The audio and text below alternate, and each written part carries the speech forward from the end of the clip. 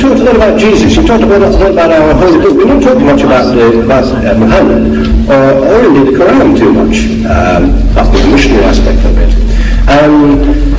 Could you tell me how you can believe, and indeed anybody in this room can believe, in one man who couldn't read, couldn't write, indeed could get his followers by bloodshed through war. How can you believe that that man was a follower of God, let alone a prophet of God, and to accept all his teachings as you do so glibly, and yet reject Christianity and the holy book of Christianity so easily as well? You see, you have thrown in so many things in this little contribution of yours, that how can we believe in a man who was illiterate and who by bloodshed, who had spread his faith, converted the people. Now with regards to the man being unlearned, this is a fulfillment of the prophecy in your book, a fulfillment, the book of Isaiah, chapter 29, verse 12. It says there, and the book is given to him that is not learned. The book, please.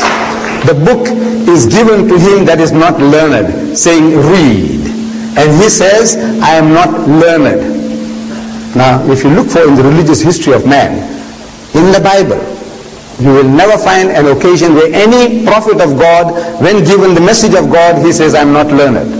But if you read any biography of Muhammad, any written by Muslims or non-Muslims, they will tell you that the first revelation that was given to him in Ghar Hira, the Mount of Hira, when the angel of God comes to him and commands him in his mother tongue, he says, Iqra, read. And Muhammad says, Ma ana biqari'in. He said, I'm not learned. So the angel of God commands him a second time, Iqra, read. And again he says, Ma ana biqari'in. He said, I'm not learned. For the third time the angel of God embraces him hard and he says, Iqra bismi rabbika alladhi khalaq. Now he grasped the message that what he was required to do was to repeat. Because this Arabic word Iqra means to read, to recite, to rehearse, to repeat. And he repeats the words as they were given to him. Iqra bismi rabbika alladhi khalaq. Read in the name of thy Lord and Cherisher who created.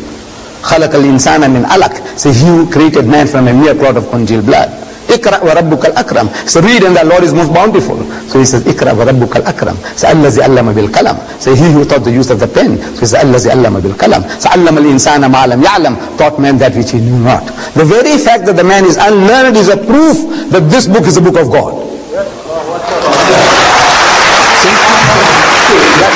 You misunderstand the point I'm making. Let me finish. That this book is the book of God. An illiterate man, a man who can't read or write. Excuse me, look, don't disturb the gentleman. This man can't listen to two persons at the same time. Nobody can. So, the very fact the man can't read or write, and he produces a book of this nature, giving solution to all your problems. All your problems. This is a challenge. I said, look, come on man, you have problems. You have 4 million women in England today who can't get husbands. Even if every Englishman got married, it will never happen. You got 4 million of your sisters and your aunties and your cousins, they can't get husbands. What is the answer? I said, this book gives you the answer.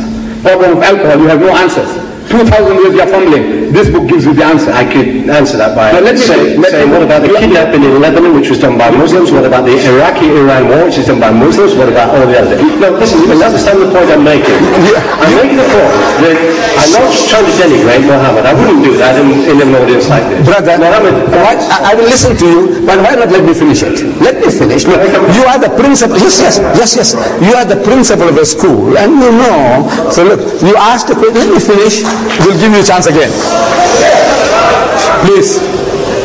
The second charge, that he spread his religion by bloodshed. You see, you know your great man. Your great men. Thomas Carlyle. You heard about him? One of the greatest thinkers of the past century. In 1840, in England, he delivered a series of talks on heroes and hero worship. And you know whom he chose as his hero prophet? Muhammad. You know that, sir? Muhammad. His hero prophet. Not David, not Solomon, not Moses, not Jesus, but Muhammad as his hero prophet. Your man, Thomas Carlyle. And he defends Muhammad. Listen to him. Listen to him. After all, look, who was bribing him? to say the things that he was saying. I want you to tell me. He said, look, some Arabs bribed him in 1840 here in England. When the Arab world, the Muslim world was down in the gutter, the whole lot of it. This Englishman, the Britisher, Thomas Carlyle, he says about this accusation of yours, sir, the sword. He said, the sword indeed.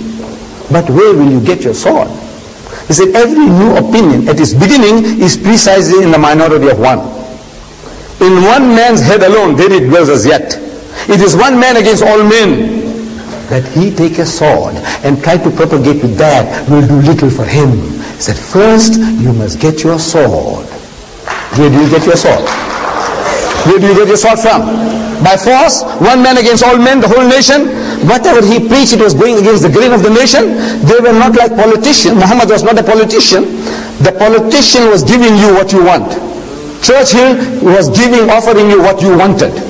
You wanted to save your country from the Germans. He said, look, you listen to me and I will see that Germany doesn't conquer this country. Hitler told his people, you listen to me and I will give you Lebensraum, elbow room, that will rule this Europe and the world for 1,000 years.